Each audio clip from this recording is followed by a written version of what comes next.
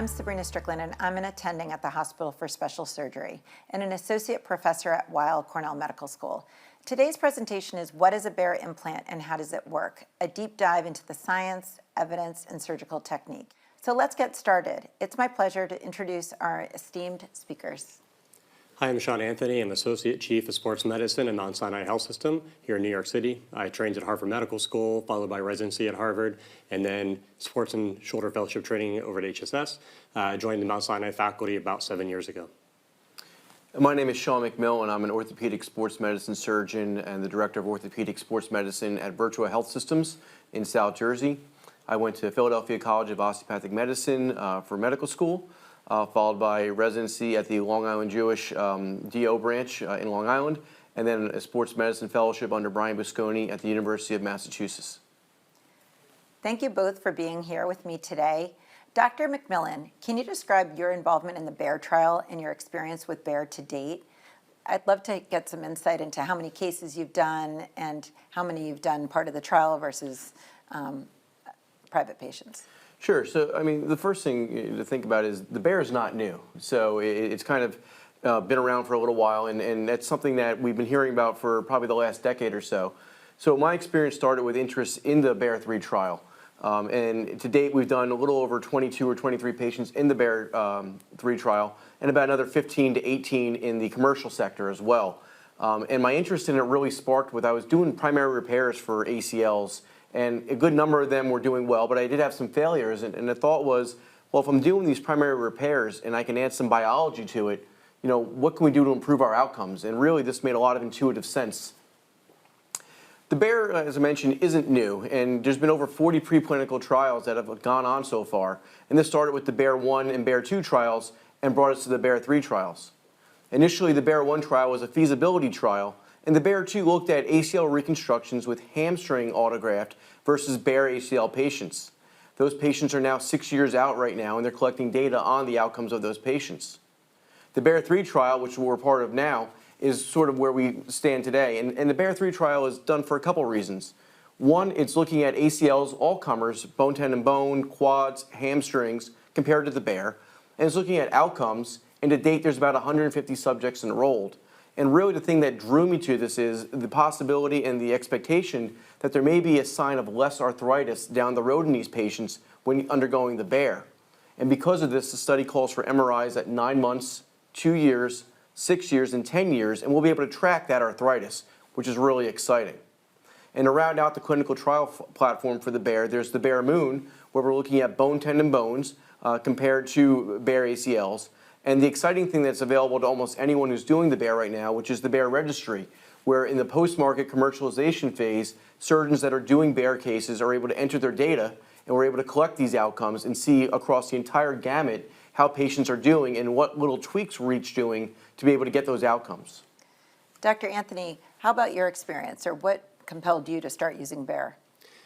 Well, I first learned about Bair when I was a resident back in Boston and worked with Dr. Murray back at Boston Children's Hospital. And I have a background in tissue engineering, have always been interested in bioengineering, and so I was really drawn to the idea of trying to repair an ACL and then, you know, a bio-enhanced ACL repair with use of the Bair implant.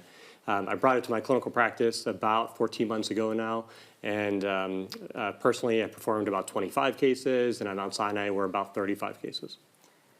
Fantastic. Can you briefly discuss the basic science and the animal research behind Bair? Sure. So when we look at different injuries around the knee, such as the MCL, MCLs heal very well on their own, and that's because the MCL can form a clot at the torn ends of the tissue, and that clot can form a bridge, allow cell migration, collagen production, and healing of the MCL. That doesn't happen in the knee for ACL injuries because enzymes in the synovial fluid prevent that initial clot formation, and then all the subsequent steps can't happen. The Bair implant was designed to address this exact problem. Go to the next slide. So the implant material itself is made of a type 1 bovine collagen. It's hemostatic, it attracts platelets. It also is great because it works for platelet activation. The tissue itself, the collagen implant, is resistant to plasma degradation, so it allows that initial clot to form and stay. And its resorption rates balance really well with the new tissue formation for ACLs.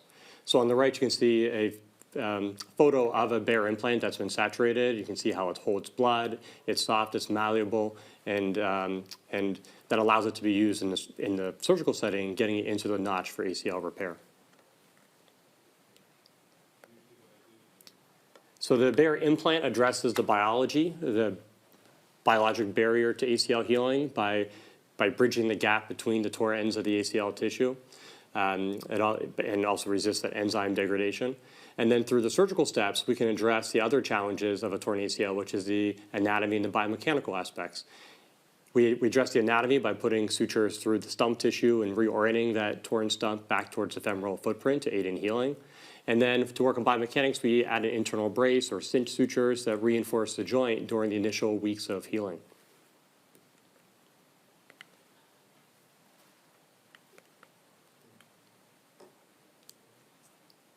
So the bare has been tested in preclinical settings and in a large animal model, which was a pig model.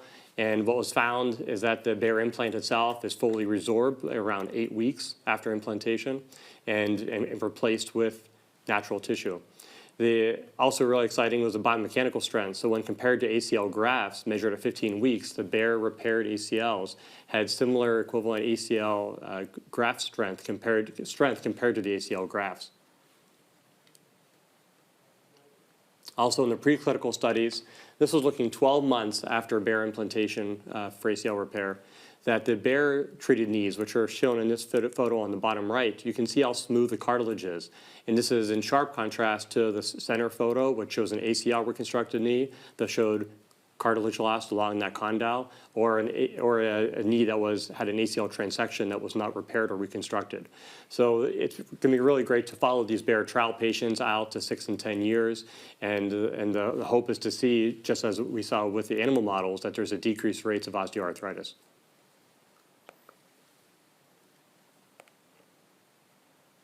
So, thinking about the ACL and thinking about that slide there, looking at the risk of potentially decreased arthritis, it makes sense that when you think about the way our knee is normally made, it's a hinge joint and it rotates and there's normal kinematics. No matter how good we are with ACL reconstruction, we know we just can't get that orientation sometimes right with that graft. And one of the advantages to the bare is being able to restore the natural sagittal plane of the ACL. Looking at these MRI slices, the pictures on the left show a bare ACL, and the yellow line will sort of denote the sagittal orientation of the ACL. And the pictures on the right are the contralateral leg of the normal ACL. What we're seeing here is the ACL orientation is symmetric, and that's what we want. We're restoring the natural orientation of the ACL, which in my mind allows for normal knee kinematics, which makes the knee feel more natural and can potentially decrease the risk of arthritis because we don't have abnormal micromotion that we might find with reconstructed ACLs. And when you look at the ACL just as a whole, we know it's an hourglass. So when we think about shoving a large 10 or 12 millimeter graft into some of our patients and some of our larger athletes, that's not natural. So what we see with the bare ACL is we see a normal cross-sectional anatomy of the ACL that's been restored with the bare compared to the native ACL. When you look at this graft on the left, you'll see the ACL graft is much larger in size, and it makes sense because that's just the way the ACL grafts are. And looking at this on an MRI study, we're able to see there's normal signal intensity in that bare restored ACL compared to the normal ACL. So again, we're sort of restoring the natural ability of that ligament and not making it abnormal, no matter how good we think we're doing with those reconstructions. And this bore itself out with some of our endpoint studies. So looking at IKDC scores with 2-year outcomes, we found that, again, that patients with bare ACL restorations actually had slightly higher IKDC scores at 2 years compared to patients of ACL reconstruction groups. And when we compared some of their KT1000 and their laxity testing with a normal ACL reconstruction compared to a bare ACL reconstruction, we found that the laxity levels were actually equal. So we're doing a good job of restoring that tension under that knee. But the thing that strikes me the most, particularly in some of our younger pediatric patients, is the fact that by using this implant, particularly in patients who might be skeletally immature and have open growth plates where we might tend to lead towards a hamstring reconstruction, we're actually maintaining the strength of that hamstring. And it makes sense, we're not robbing the tendons to reconstruct the ACL. So they found that there was 98% of the hamstring strength in those that underwent the bare ACL restoration compared to 63% of the ACL reconstruction group with the hamstring used.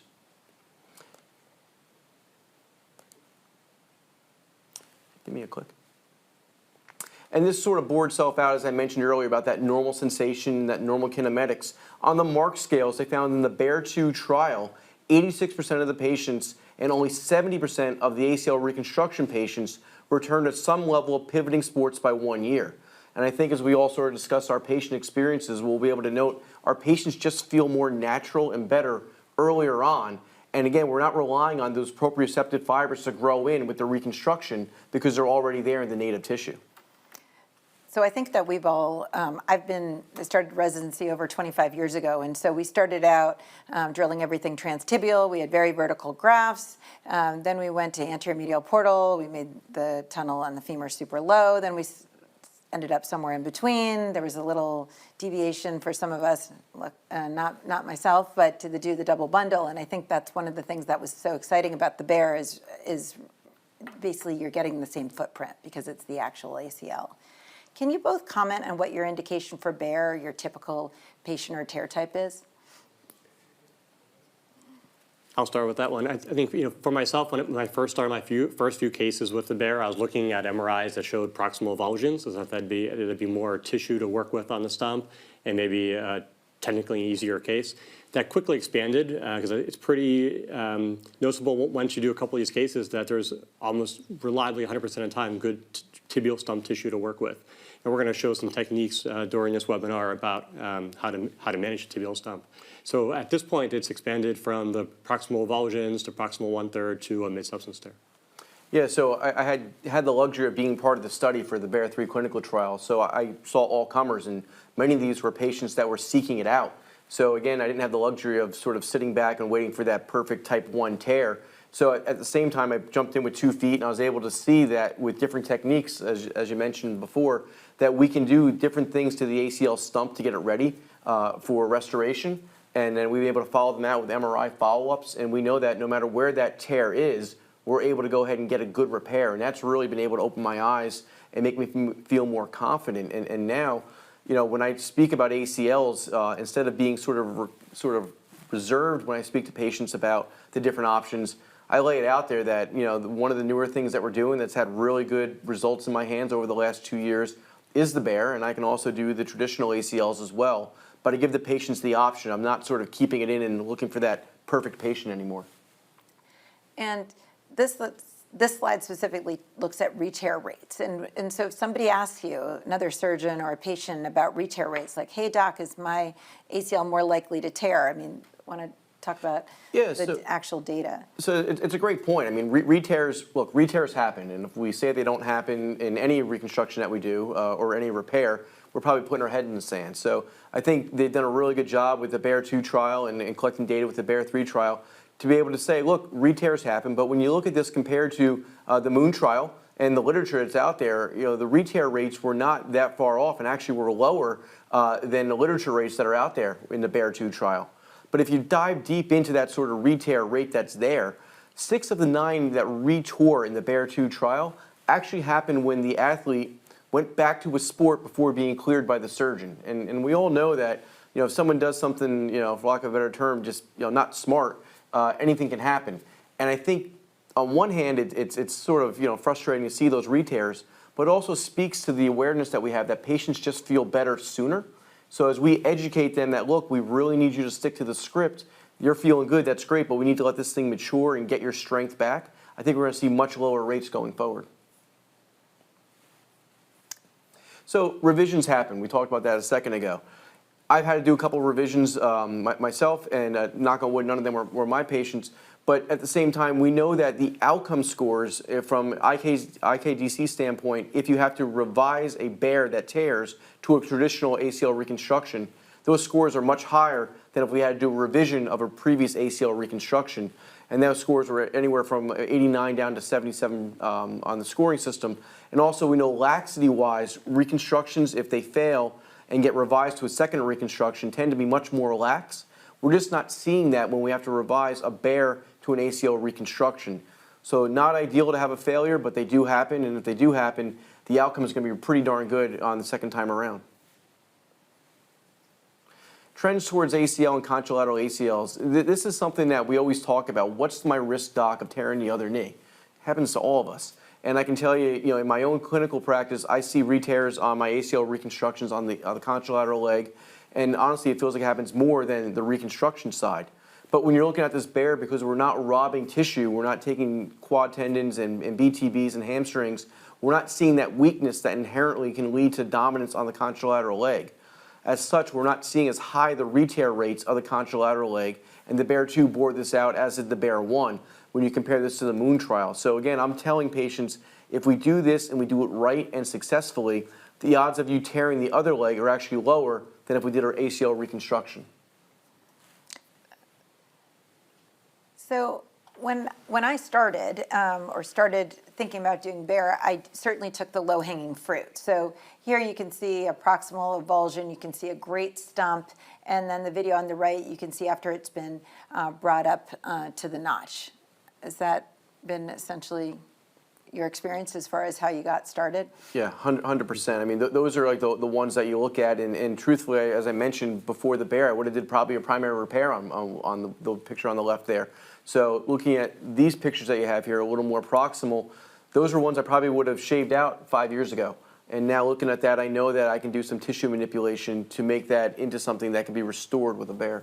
So here it's a proximal third, and there's still a decent stump. So you can see on the image on the right where the sutures have been passed and you're essentially pulling the stump up, but you haven't tensioned it back yet, that there's some pretty good tissue, and then you can see as it's tensioned up. But these are the ones that I found sort of the hardest to accept. And Dr. Anthony, what have you done with the mid-substance tears? Yeah, these mid-substance tears, when you first put the scope on the knee, my previous protocol, I guess, in the operating room was if I felt a positive Lockman, had a positive pivot shift, I would immediately go straight to the graft harvest. Now, instead, you put the scope in and you do a diagnostic scope. And this is the sort of tear that you may see for a mid-substance tear. And when you first look at it, it may appear like there's not a lot of stump tissue to work with. But as through simple techniques that Dr. McMillan is going to talk about as well, in a video that's coming up, it's in these cases you can save that stump tissue, have excellent tissue to work with, and bring that stump tissue up almost all the way to the lateral wall. Vast majority of times. So I think the best next step is let's really look at a surgical technique, and I think all of us do it a little bit differently. This will be Dr. Anthony's technique, and you can talk us through it. Sure. So this is a video I put together on one technique, and this is a ever-evolving technique as well. Actually, let's go back one. Let's see if you could play that video. There we go. So, as I said before, first step is to put the scope in the knee and to do a diagnostic scope. And in the example here, it shows a proximal 1/3 tear. There's excellent stump tissue that's still present, but there's complete avulsion, only a few strands that are still attached to the lateral wall. I like to do a Notchplasty first, and we'll take a 4.5 millimeter burr for that step. And I like to minimize the amount of drilling on the femoral and tibial side, so I like using a cannulated drill. In this case, it's a 2.7 millimeter cannulated drill that's used to thread a nitinol passing stitch out the femur. And you can see this is right at the femoral attachment of the ACL, maybe a touch anterior. Here I'm shuttling two passing sutures, loop sutures that are oriented in opposite directions. So then next I turn attention to the tibial side. Similarly, a 2.7 millimeter cannulated drill, very minimal bone taken on the femoral and tibial sides. Use that to pass a passing stitch. And then in this case, I turn attention to suturing up the tibial stump. And starting at the base, working proximally, here I used a modified Bunnell pattern, ladder type stitch. Based on the tissue type, the tear type, the tissue quality, sometimes I incorporate luggage tag sutures, sometimes I lock the sutures.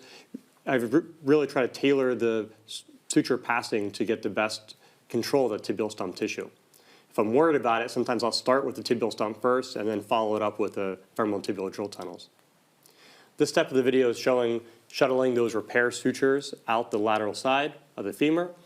And then here I load those lateral sutures onto an endo button. This endo button has been preloaded with a ultra tape suture that's going to serve as the internal brace. So in this video, you can see the sutured stump, you can see the ultra tape on top. That medial portal is then extended proximally for an arthrotomy. The knee is rinsed out with an antibiotic rinse. And then the bare implant is loaded. I use a straight needle here. I'm passing the ultra tapes using the straight needle through the center of the bare implant. And then I like to pass those tibial ends out the intermedial surface of the tibia. Once that's completed, it's time for bare hydration. Approximately 20 cc's of the patient's blood is harvested. It's taken. About 10 cc's actually used for the hydration step. I like to preload the proximal tip of the bare implant with about 2 cc's of blood, and then use the remaining 8 cc's around the sides. I intentionally don't put a lot of blood on the tibial end because I like that end to be a little firmer. Now I'm able to slide the bare implant down the internal brace sutures into the notch area. It's really important to have good visualization here. So I make sure I have my assistants have Army Navy retractors already in position so I can see the path all the way to the notch, and I extend the leg as that's implanted.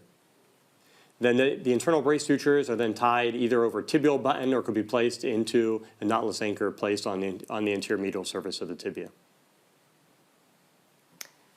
Thanks, that was great. When this procedure first came out, at least how I was instructed by the reps to do the surgery is completely different than how I do it now. And at least for me, I thought it was really helpful to make the bare technique as similar to how I do a standard ACL reconstruction for my surgical team, and as well as residents and fellows that I'm working with.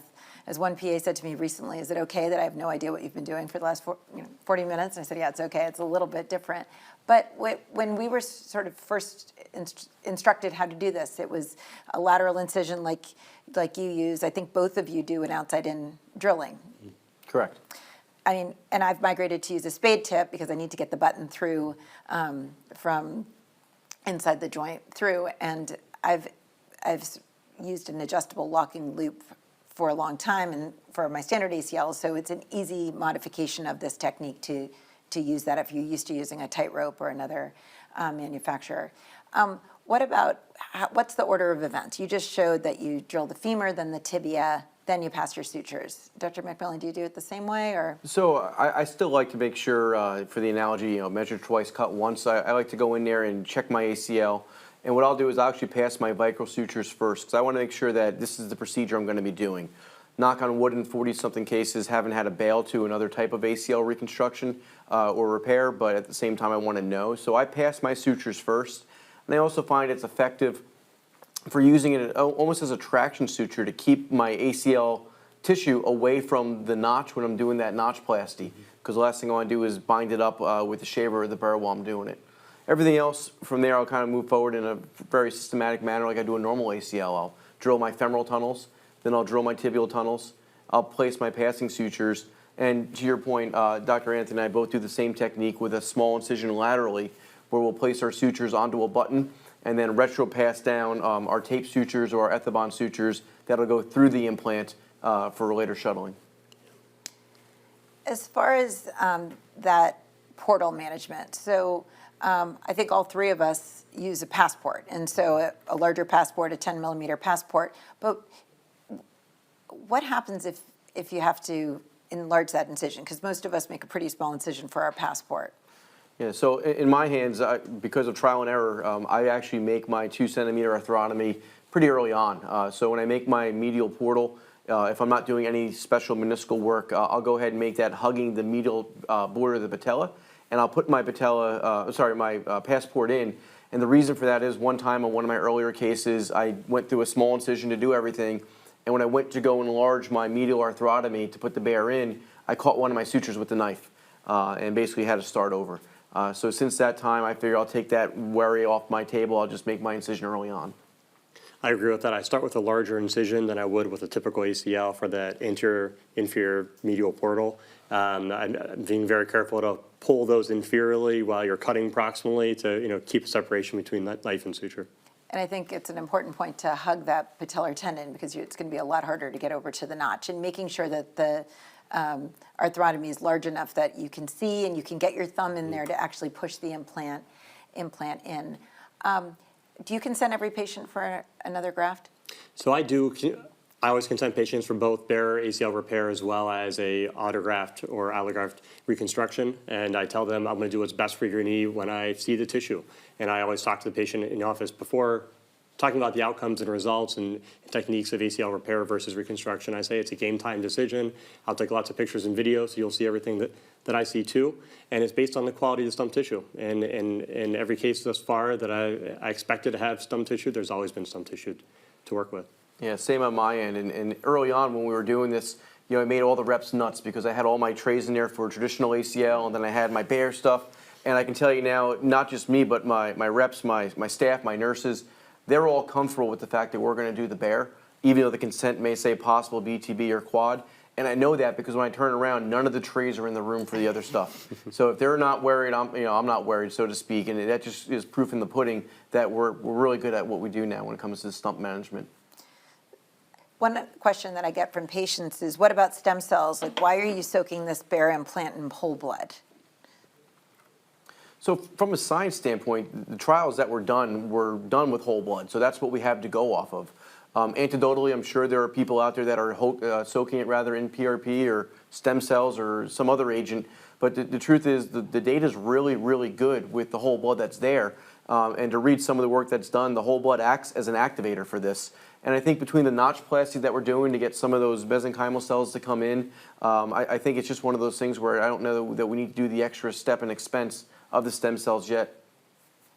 So I've used whole blood. I've had a few cases where, for whatever reason, the anesthesiologist could not get whole blood. And then I've gone to just a jam-shooting needle in the distal femur and taken bone marrow aspirate. It wasn't concentrated, but it's a quick answer rather than waiting for the anesthesiologist to find a vein. That's brilliant.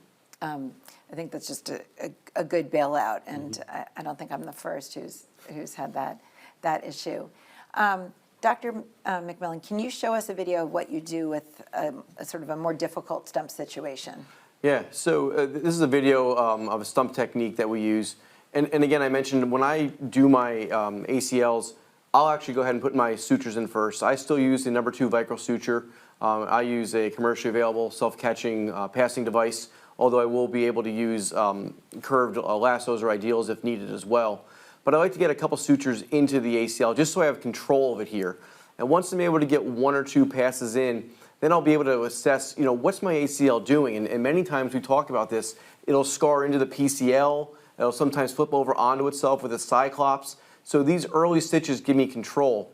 But if I need to elongate the stump, I'll actually use a spinal needle and I'll make a transpatellar incision, just a little poke hole, and then I'll use some sort of grasper to pull the ACL up, and that helps elongate it.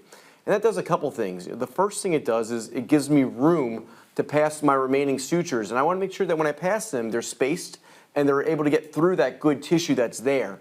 But also I can get creative, to Dr. Anthony's point. I can put a locking configuration in like shown here, and that again just reinforces my tissue that's there. And again, I've taken something that was scarred in and not very viable, in my opinion, for a repair, and I've made it much longer to get it closer to where it needs to be with those fiber orientations.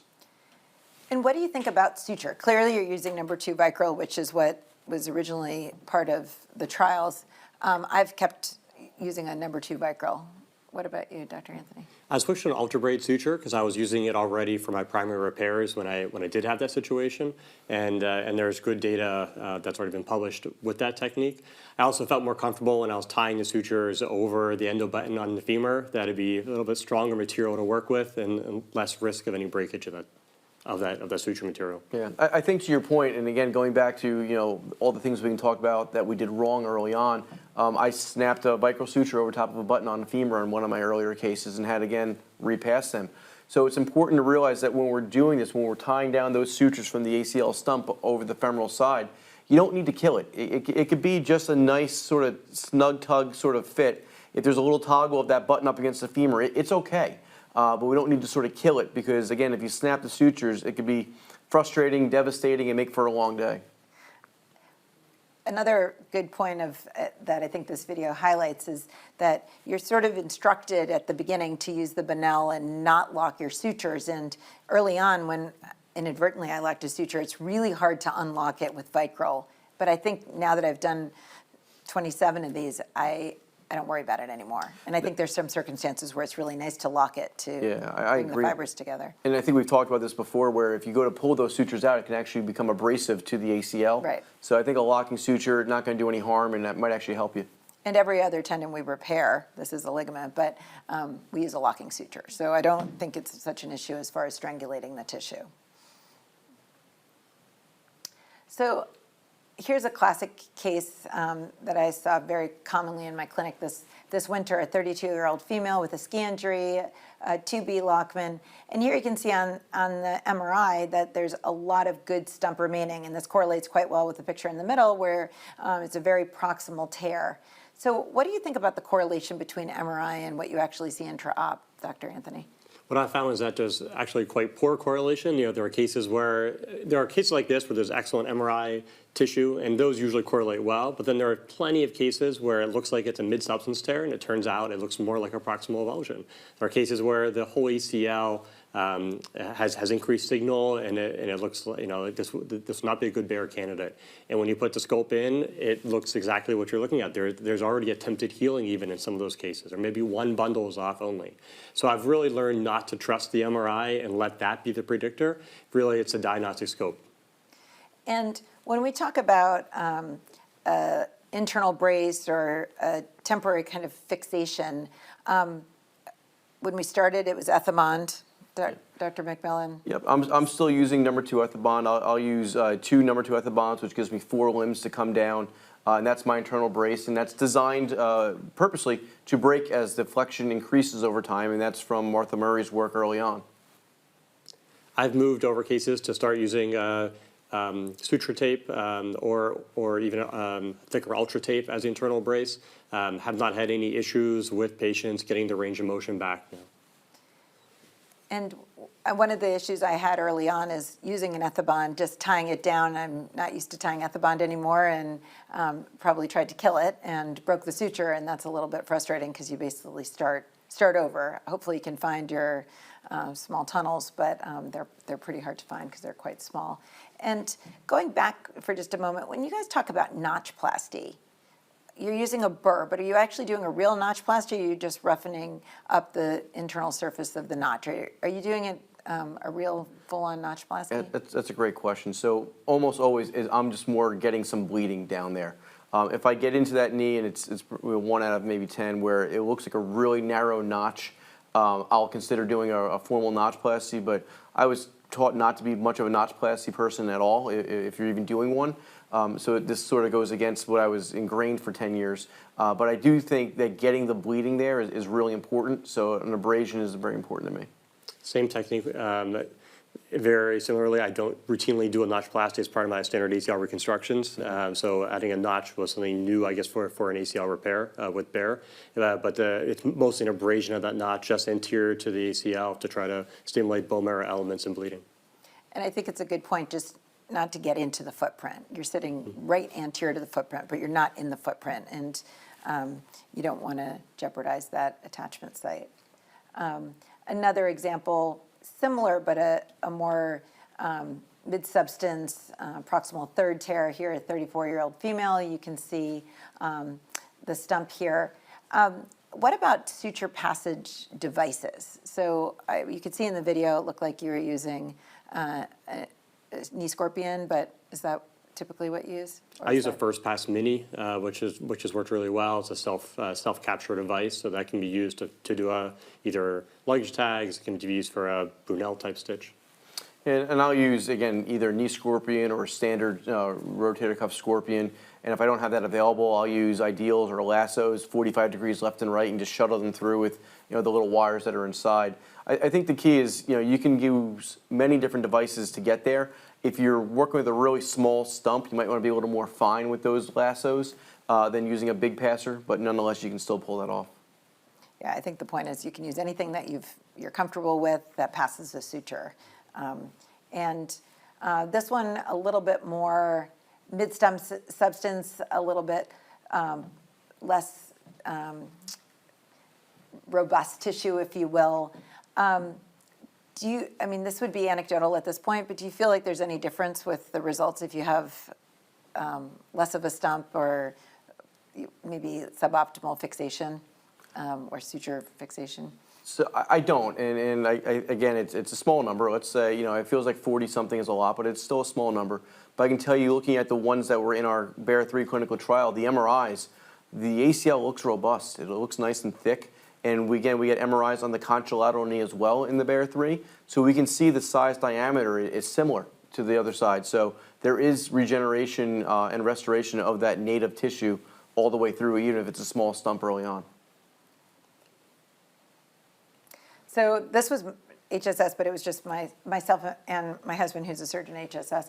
And we had 48 cases as of about a month and a half ago. So just for interest sake, I just broke out the demographics. 34 of them were female out of 48. The average age was 39. So we definitely started out with a little bit lower level athlete.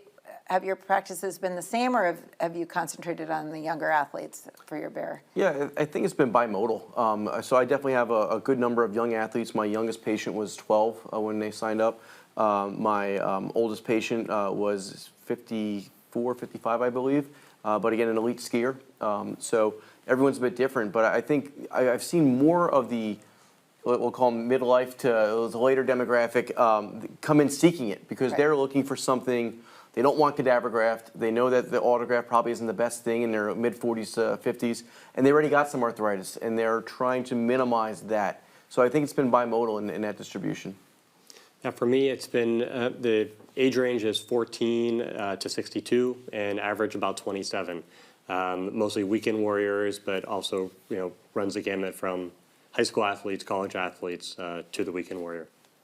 And follow-up time is short. So my first case was February of last year, so I'm right around 18 months now with my first case. I guess this I put together a little while ago, and concomitant procedures were very similar to any ACL cohort, where about 25% of them had a meniscal repair.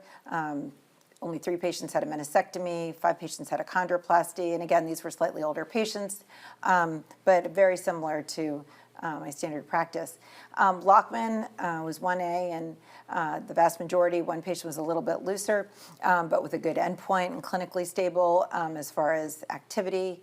The only issue I've had is I've had a few patients get stiff. So I had a few patients who had some limitation, some concerning limitation in range of motion. Have you had that experience at all, or? My experience, it's changed as the Bear ACL rehab protocol has changed. In my initial cohort prior to January 2023, when it was 0 to 30, 30 to 60, 60 to 90 degrees over the first 6 weeks, patients were getting stiff. And they would get there eventually, but at that 3-month mark, there were a couple that I had to watch more closely. Once we were able to accelerate the Bear rehab protocol, it's been less of an issue. I try really hard. I bring my patients back at a 2-week postoperative visit, so they're at the 0 to 45 range during that time. And during that 2-week postoperative visit, I have them try to bend to 90. And almost every time I can get them to 85 or 90 degrees at that 2-week visit, and I feel much better, and they feel great seeing that they can bend their knee, and that's only forward progress from there. Yeah, same. So looking at our cohort of patients, study patients that we did, about 22, I had 2 get stiff, and again, they were stiff early on, I think, because we didn't move them. And then the other part, which we don't talk about, is the therapists. This is new to the therapists in a way, so they were afraid to move them as well. So it's just a perfect storm, and we were able to get them going over time. But I think as we've moved to more accelerated rehab, patients are doing better, and anecdotally, I've had a couple patients ignore a lot of the rehabs altogether and do it quite well. So I think this is something where patients are going to do what they want to do as they feel better, and I think our job, particularly with the Bear registry, is to follow them so we can sort of figure out where the gray line can move a little bit. So I've certainly found that. The 2 out of the 3 that got stiff were in that first period where we were much more restrictive. And again, these physical therapists had never rehabbed a Bear, and I've tried to encourage the patients to have their therapists reach out to us early on. I certainly want to know about the fact that they're stiff at 2 weeks and 3 weeks, not at 6 weeks. But essentially everyone had full range of motion at 6 months.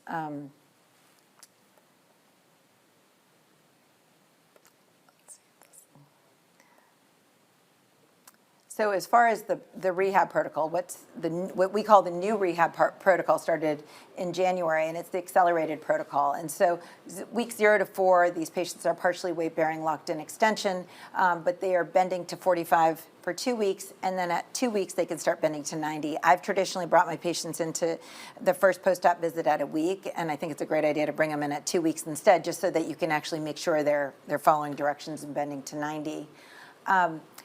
At 4+ weeks, they can range as tolerated, and I think that's also an important change. As far as at the 6-week point, when they're weaning off a standard hinge knee brace, Dr. Anthony, what do you do about bracing? Do you put them in a functional brace at that point, or what do you do? I do switch to a functional brace between weeks 6 and 12. Sometimes there can be insurance issues, and I've had them stay in the post-op brace for the full 12 weeks, but the goal is to switch them at the 6-week mark to a functional brace. Yeah, same. And again, part of it is oftentimes these patients feel really good. And you don't want them feeling too good and doing something too soon. So the brace reminds them that, hey, there's still something there. It also protects them from themselves a little bit. So to Dr. Anthony's point, I've taken to getting the measure for the ACL functional brace prior to surgery. That way it's ready to roll when we hit that 6-week mark and we can keep them safe. And as far as getting back to regular day-to-day activities, like when do you let these patients bike, swim, hike, run? Yeah, wow. All right, so there's a big gamut there. Yeah. So I tell them this, if everything goes the way it should, once we get past that 6-week mark, the protocol tends to mesh really well with my normal ACL protocol. I'll let them start jogging in a pool as early as 6 to 8 weeks. I'll let them straight line jog if they're feeling good and they have good strength when I see them back for the 3-month visit. Again, thinking about things like agility, cutting, that's a ways off, and we talk about this a lot in our clinic. No matter what ACL you get, I set the table early on that you're not going back to a contact pivoting sport before 9 months. And that's a bear, that's a BTB, it doesn't matter, because I want them to heal, get the strength, and let everything mature. So I think if you set that table and that expectation early on, everyone's on board as they go. Yeah, I have a very similar timeline, straight ahead running starting around 3 months. And then everything after that is based on their functional status, whether they're meeting milestones. And then I have all my patients do a return to sport functional test around month 9. And, perhaps only 50% pass that functional test. And then it may be another month or 2 that they're working on certain areas of weakness. And then they can retake that test, closer to month 11 or 12. But as I tell them, pre-op as well, there's no difference between whether it's ACL reconstruction or ACL repair in terms of that 9-month functional test, and then full return to sport more likely between months 9 and 12. One of the great things we were able to do with the Bear 3 clinical trial was get MRIs on these patients on both knees at 9 months, which is the time that I would typically think about returning them. And seeing the signal intensity look normal compared to the contralateral knee gave both myself and the patients that big sort of sense like, all right, we're here, we're there. So your ability to go back and play is about you now and getting that strength and that confidence and that mental trust because your ACL is doing its thing. And I think that's really important, and that's one of the benefits, in my mind, of being part of the clinical trial. So if you got an MRI at 6 months for some reason, patient just wanted it, they tweaked something and it looked good, would you let them go back to sports earlier? No. I've been burned. We've all been burned. And again, we all have that, senior athlete, it's their last game, they want to play one game, and we bend the rules a little bit and we hold our breath. That's an individual basis, but by and large with my day-to-day athletes, I'm not doing that. Again, different things for different people. If I have a construction worker, someone has to go back and we get them in a brace and they're going to be really careful with what they do. I'll hold my breath, but I'll treat them like anyone else. But for contact sports, if I have the ability to hold them out, I wait 9 months. I agree. If they want to go back at 6 months, that's sort of against medical advice. There'd be no situation where I would do that. This patient just wanted an MRI at 6 months, and so they got one, and I was pretty happy with what the graph looked like. It's beautiful. But again, that's not my routine.